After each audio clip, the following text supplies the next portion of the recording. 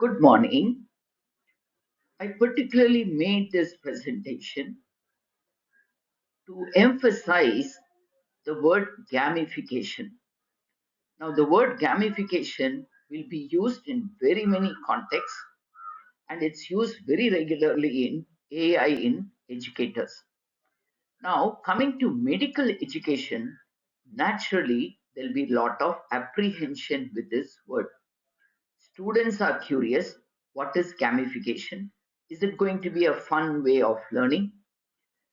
Is it making medicine very easy to understand? And senior clinicians are more apprehensive that the whole thing is being made frivolous. So gamification is a misleading word. It does not mean games. Gamification in medical education is a very serious stuff and not to be considered playful. Now, when you say games, they have their own guidelines, they have incentives, they have points, they have winnings, you can assess through games. Same thing we are bringing into this issue of gamification. So never to be considered as a frivolous game. Like if you take chess, it is one of the most serious activities. Similarly, your medical education is also serious. The moment you give the word game, it sort of gives a very superficial meaning that this is going to be very playful and very frivolous. Now, how students can benefit. There are lessons from other industries like your aviation simulators. They are equally critical industries. You're carrying hundreds of passengers in a flight and it is between life and death. They are not deceased, but the very fact they are flying in the flight, it is between death and life. You can make better decisions under stress. Military scenarios, stronger coordination. Corporate dashboards will tell you about performance habits, how the student is doing, what is the trajectory, where are they lacking, how can we fill in the gaps. So in medicine, there are gains also.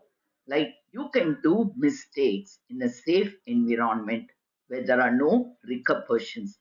Repercussions are only in giving you the space for feedback, faster processing. It's not that you give an assignment and your teacher takes 1 week to correct it, or he makes a junior PG to correct it. Here, the AI will correct. And of course, engagement.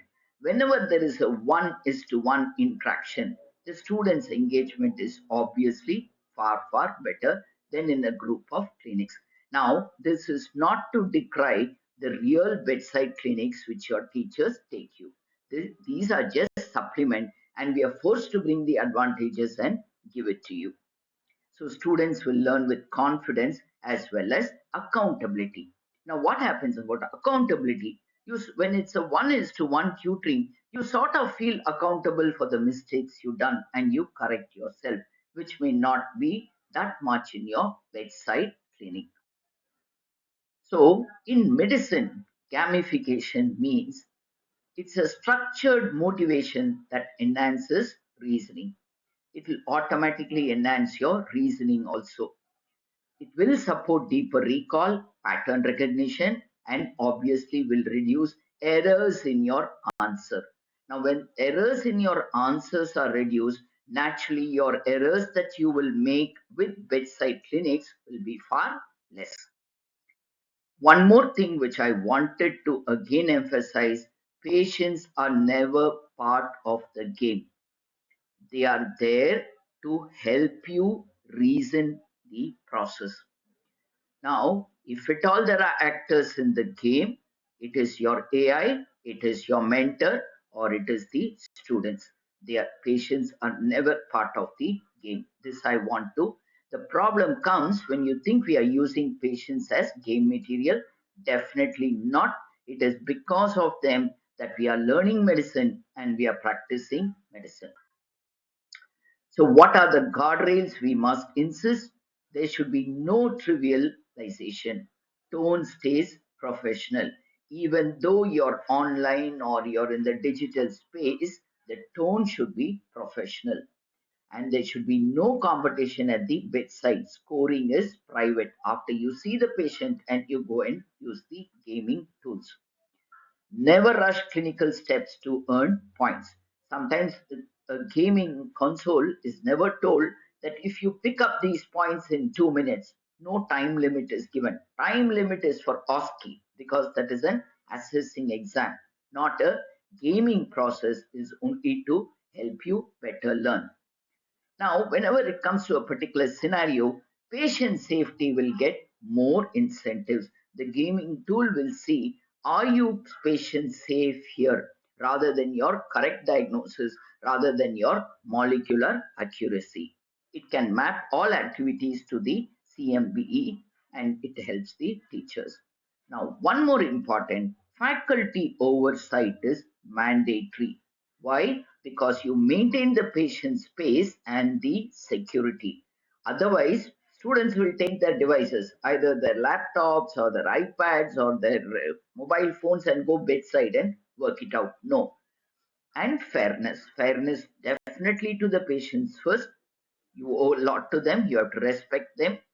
Fairness to the students as well as fairness to the mentors. So, what is the role of a senior clinician? Ensure gamification stays ethical and meaningful.